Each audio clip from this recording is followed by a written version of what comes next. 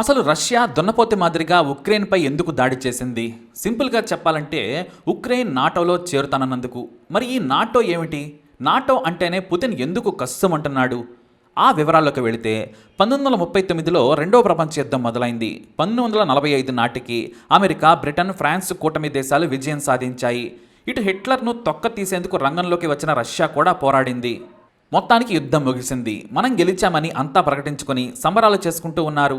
రెండో ప్రపంచ యుద్ధానికి కొబ్బరికాయ కొట్టిన బెర్లిన్లో అమెరికా, బ్రిటన్, ఫ్రాన్స్ సహా కొన్ని దేశాల సైన్యాధికారులు సంబరాలు చేసుకుంటున్నారు. కానీ తూర్పు జర్మనీలోకి వచ్చిన సోవియట్ యూనియన్ తాను వెళ్లనని భీష్మించింది.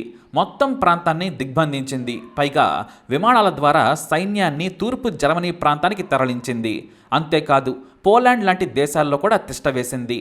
నాటి సోవియట్ అధ్యక్షుడు స్టాలిన్తో ఎంత చర్చలు జరిపినా సరే వినలేదు. చివరకు సోవియట్ యూనియన్తో తాడో పేడో తేల్చుకొని తూర్పు జర్మనీ ప్రాంతాన్ని రక్షించాలనుకున్నారు. మొత్తం 12 దేశాలు నాటో కూటమిగా ఏర్పడి సోవియట్ యూనియన్ అంతు చూడాలనుకున్నాయి. నాటో అంటే నార్త్ అట్లాంటిక్ ట్రీటీ ఆర్గనైజేషన్. ఉత్తర అట్లాంటిక్ దేశాల సుస్థిరత, రక్షణ, స్వాతంత్రంతో పాటు ఉమ్మడి వారసత్వం, ఉమ్మడి పోరాటంగా సరిహద్దులను కాపాడుకోవాలనేది దీని ఉద్దేశం. వాటికి అమెరికా నాయకత్వం వహిస్తోంది. ఈ కూటమిలో అమెరికాతో పాటు Britain, France, Italy, Canada, Belgium, Netherlands, Norway, Iceland, Luxembourg, Denmark, Portugal దేశాలుగా రంగంలోకి దిగాయి. యుద్ధం మరోసారి పతాక స్థాయికి వెళ్లే పరిస్థితికి వచ్చింది. దీంతో సోవియట్ వెనక్కి తగ్గింది. ఆ తర్వాత నాటోకి వ్యతిరేకంగా 1955లో తూర్పు ఐరోపా కమ్యూనిస్టు దేశాలతో కొత్త కూటమిని ఏర్పాటు చేసింది సోవియట్ యూనియన్. దీంతో హోరాహోరీగా 2 కూటములు నిలబడ్డాయి. పైగా రష్యా దూకుడు చూసి నాటో సభ్య దేశాలపై ఎప్పుడు ఎలాంటి ముప్పు వాటిల్లినా సరే సొంత దేశంపై చేసిన యుద్ధంగానే పరిగణించాలి. అంటే ఎవరికి ముప్పు ఉన్నా సొంత దేశంపై దాడిగా తీసుకొని ఈ 12 దేశాలు పోరాడాలనే నిర్ణయం తీసుకున్నారు. నాటో ట్రీటీలో 5వ క్లాస్లోని ముఖ్యమైన పాయింట్ ఇదే. ఆ తర్వాత ఎవరి దారిన వాళ్ళు వెళ్ళిపోయారు. మధ్యలో యుగోస్లేవియా విచ్ఛిన్నం తర్వాత నాటో కొంత యాక్టివ్ అయింది. కానీ నాటి పరిస్థితులు వేరు. మరి రష్యాకు ఎందుకు నాటో అంటే కోపం? దీనికి సింపుల్ ఆన్సర్ అమెరికా. నాటోకు మొత్తం డబ్బును, ఆయుధాలను 70% ఇస్తోంది అమెరికానే. ఆ దేశం చెప్పినట్లే ఈ నాటో దేశాలు నడుచుకుంటాయి. మరి ఉక్రెయిన్ మీద దాడి చేసేంతగా పుతిన్ ఎందుకు వెళ్లారంటే దానికి కారణం ఉంది. 1991 డిసెంబర్ 2న సోవియట్ యూనియన్ పతనమైంది. దీంతో 15 కొత్త దేశాలు ఏర్పడ్డాయి. నాటి రష్యా అధ్యక్షుడు బోరిస్ ఎల్సిన్కి మద్యానికి బానిస. పైగా పశ్చిమ దేశాలతో రాసుకు పూసుకొని తిరిగేవాడు. ఇష్టం వచ్చినట్లు వ్యవహరించాడు. ఆయన కారణంగానే సోవియట్ యూనియన్ దేశాలను అమెరికా దగ్గర చేసుకుందనేది పుతిన్ భావన.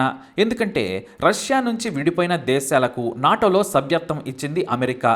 Estonia, Latvia, Lithuania, Romania, Slovakia, Slovenia, Albania, Montenegro, North Macedonia లాంటి దేశాలకు నాటోలో సభ్యత్వం ఇచ్చింది అమెరికా.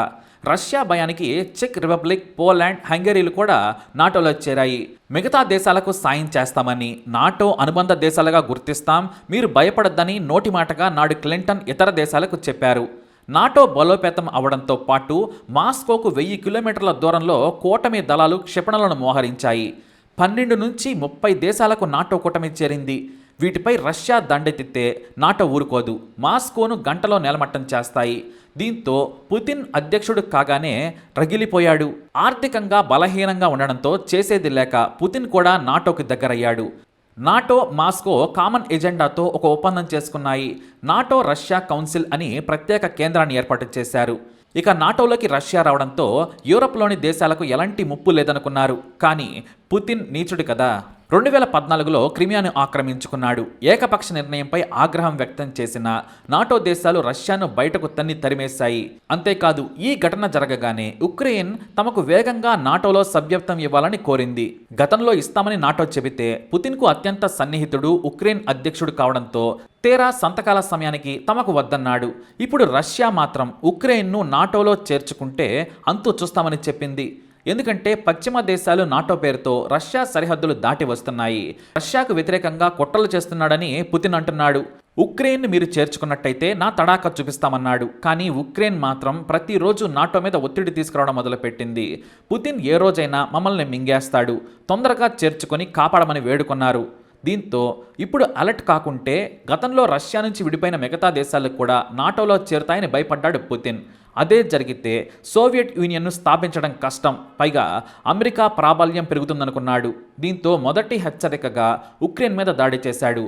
అమెరికాకు ఇతర దేశాలకు బ్రేక్ వేశాడు పుతిన్. ఎందుకంటే నాటో రష్యా కంటే 100 రెట్ల బలమైన కూటమి. ఏటా $1100 బిలియన్ ఖర్చు పెడుతోంది నాటో. రష్యా మొత్తం రక్షణ బడ్జెట్టే $60 బిలియన్ మాత్రమే. ఇక 30 దేశాలకు 30 లక్షల మంది సైన్యం ఉన్నారు. ఇక పుతిన్ ఓవర్ యాక్షన్ చేసిన గంటలో మాస్కో మొత్తం నేలమట్టం అయిపోతుంది. మొత్తానికి నాటోను ముట్టుకుంటే మసైపోతామనుకున్నాడు. అందుకే మిగతా దేశాలను నాటోలో చేర్చుకుంటే తొక్క తీస్తామని హెచ్చరించాడు. ఎందుకంటే అమెరికా పెత్తనం రష్యాకు నచ్చదు. భవిష్యత్తులో నాటోలో కొత్త దేశాలను చేర్చుకోవద్దనేది పుతిన్ భావన. మిగతా మాజీ సోవియట్ యూనియన్ దేశాలను తన కింద పెట్టుకోవాలనేది పుతిన్ ప్లాన్. అందుకే నాటో అంటేనే పుతిన్కు చిరాకు, భయం కూడా. మరి ఇలాంటి ఇన్ఫర్మేషన్స్ కోసం వీడియోని లైక్ చేయండి, షేర్ చేయండి, మా ఛానల్ని సబ్స్క్రైబ్ చేసుకోండి.